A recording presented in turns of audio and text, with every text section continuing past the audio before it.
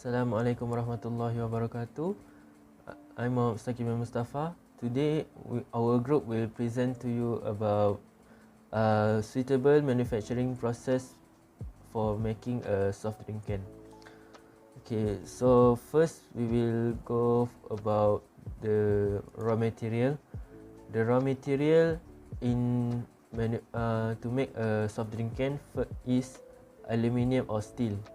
The reason this material been chosen as a raw material to make a soft drink can is because both are inexpensive and still can manufacture in two forms, and also both materials are non-toxic material that are suitable and ideal for food packaging. So we go for the flow process on how to produce soft drink can. First, large coils of aluminium or steel strip arrive at the can manufacturing plant. The strip is lubricated with a thin layer of liquid before being fed indefinitely through a cupping press, which blanks and draws thousands of shallow cups per minute. The cups are rammed through a series of tungsten carbide rings. This is the drawing and ironing process that reduces the diameter of the cup and thin the wall while increasing the height. Trimmers remove the excess irregular edge and cut each can to the exact height specified. The excess material is recycled. The trim can bodies are washed and dried in a high efficiency washer. This eliminates all trace of lubricant in preparing for internal and external coating. Externally, the clean cans are coated with a clear or pigmented base coat, which creates a good surface for the printing ink. To dry the lacquer, the cans are placed in a hot air oven. The print design is then applied in up to 6 colors plus a varnish by a highly advanced printer. The rim coater also applies a coat of varnish to the base of each can. The cans are then placed in a second oven to dry the ink and varnish. The lacquer is sprayed on the inside of each can. This special lacquer protects the can from corrosion and any possible interaction between the contents and the metal. Internal lacquer surface are dried in an oven. The cans are passed through a nacre flanger, which reduces the diameter of the wall. After the can have been filled, the top of the can are flanked upwards to accommodate the ends. Every can is tested at every stage of production. They are finally tested with a light tester, which automatically rejects any can with pinhole or fractures. The finished can bodies are then transferred to the warehouse, where they are automatically palletized before being sent to the filling plant. Okay, now we go to control parameter. There is 3 points for control parameter. For the first one, the defect when fabricating the soft drink can will be reduced if the observation during the machine making the can is increased. And second one is soft drink can defect by the factory machine is often less because machine does not make mistake unless the machine is broken midway. And last one, defects on soft drink cans often happen when transferring because it depends on the environment or the path during transferring the can. This can be avoided. Okay, now for safety. So there's a few tips of safety in the manufacturing of soft drink cans. So for the first one is check the machine before we use it. We need to check the condition of the machine before we use it. And for the second one, we need to wear a suitable clothes while doing the process. And for the third one, we need to wear safety shoes. And then we need to wear safety glove, and finally we need to wear goggles. Next, we go for the procedure that involved in the manufacturing of soft drink cans. For there's three process that been used in the manufacturing of soft drink can. The first one is a deep drawing process.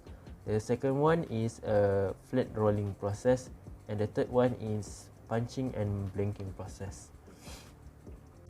Next is method for the process that being used to make the soft drink can. First is deep drawing process.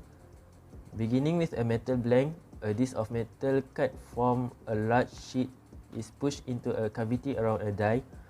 Beginning with the deep drawn process of drawing the blank into the desired shape, this is done in stage of ensure an even distribution of the metal across the final shape, which is critical for maintaining the integrity and strength of the finalized deep drawn component.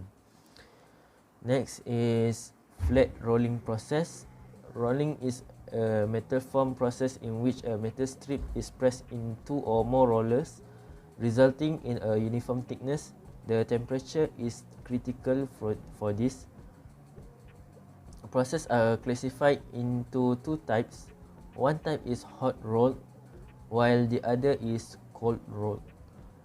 If the strip is rolled after being heated above the recrystallization temperature, it is called a hot roll. If it is rolled at room temperature, it is called cold roll. Rolling is a process that is widely used and has a high output. And the next process is punching and blanking process. For the punching process, punching is a forming process that uses a punch press to force a tool called a punch through a workpiece to shear a hole. The punch is frequently fed through the work and into a die during the process, and scrap slag from the hole is deposited into the die. For the next process is a blanking. When a metal piece is punched, it is removed from the primary metal strip or sheet during the blanking process. The removed material is the new metal workpiece or blank. So that's it for me. Hello, my name is Ferdinand Alexander, and now we are going to look for the advantages and the disadvantages for each of the process that we choose in part A. Okay, so the first process is the flat rolling process. Okay, the advantages is first one is it has the uniform dimensions of the components can be obtained. Okay, from the flat rolling process by the rolling process. Okay, the components that we do will obtain the uniform dimensions, means that each of the components, okay, for example, so this is the metal, okay, through the rolling process, okay, the dimension of the components can be obtained throughout the sheets of the metal, okay, so that is the uniform dimensions, okay. And next one is the close tolerance is possible for each component to obtain. Okay, what it means is that by doing this process, okay, it can greatly reduce the consumption of energy of the metal deformations. Okay, so that is mean for the second advantages. And the last one is a high speed production. Okay, for this process, okay, it takes very good time efficient to produce a product. And next one is the disadvantages. Okay, as the advantages is really good for this process, of course the high cost equipment is required, so that is the disadvantages. Okay, and next, for this process it only suitable for large scale production only, for example like big metal, okay, it's not really big, okay, it can rolling, it will undergo the rolling process and to make it becomes a flat. And if you only do it for the small piece of the metal, okay, it won't work because the size of the product is really small. Okay, so that's why it's only suitable for large scale production only. And the next one, it has the post surface finish, as this process is only to flatten the metal. Okay, that's why the industries will need secondary options. Okay, to do the finishing surface. Okay, so that is for the disadvantages and overall for the flat rolling process. And the next one is the punching and a blanking process. Okay, so the first advantages is it is excellent dimensional control, accuracy, and repeatably throughout the production. So it means by that, for example, like a can. Okay, for example, like a can. So this is the can. So this is the can. Okay, during the process. Okay, each of the component, each of the product, we gain exactly the same to each other for its dimensions, and that's why from this process, that's why you can see when you buy a drinking water, for example, like a drinking can. Okay, you can see that all of the can has a really same size. So that's what it means by the excellent dimensional control, and it can use repeatedly to produce a lot of cans with the same exact size to each other. Okay, so that's what it means by the excellent dimensional control. And the next one is the excellent part flatness. Yes, it is correct because you can see, okay, every part of the flatness from the cans, it's the same. Okay, and it is straight, superior finish edges to other metal stamping process. So that is all for the advantages for the punching and the blanking process. And next one is the disadvantages.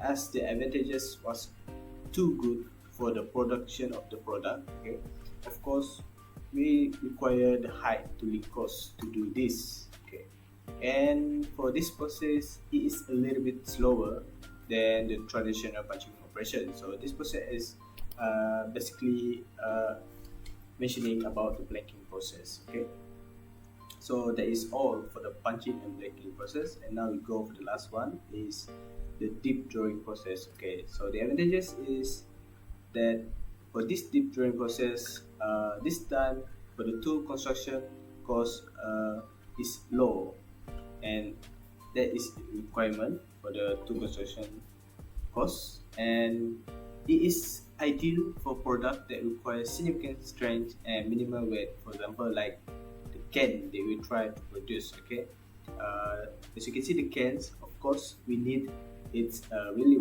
light in weight, and of course, we need a good strength of the can so that the products will not destroy easily. Okay, so that is uh, the advantages for this process. Okay, now we go look at the disadvantages for the process. Okay, so the disadvantages is that the cost production, okay, it really depends on the thickness of the material. Okay, so the disadvantages is the thicker the material thickness, okay, the higher the production cost. So that's why for the can productions, it will undergo the flat rolling process first, so that the material thickness can be lower to keep the production cost low. Okay, and for the production rate, it's really high cost for low production rate. Okay, uh, so because of this is the disadvantages for the production. Okay, for this process. Okay, the production of the cans, of the soft drink cans. Okay, uh, they will produce a lot of it. Okay, so that's why they can prevent themselves. Okay, the industry can prevent themselves from using a very high cost, as the high cost is for the low production rate. So the more production you create, okay, the lower the cost you can get. So that's why there's a lot of soft drink produced. So that is all for the deep brewing process, and that's we conclude all the advantages and the disadvantages for the process that we choose in part A. So that is all for me. Thank you. Assalamualaikum warahmatullahi wabarakatuh. My name is Danish Lomar bin Karudin, and today I will talk about defects. What is defects? Defects is a fault or problem in something that can cause the object not to work correctly. From the question given, C, based on the process discussed in A, elaborate 3 possible defects that could happen during fabrication of a given product. For this product, we are talking about the defects that we can prevent during fabricating a soft drink can.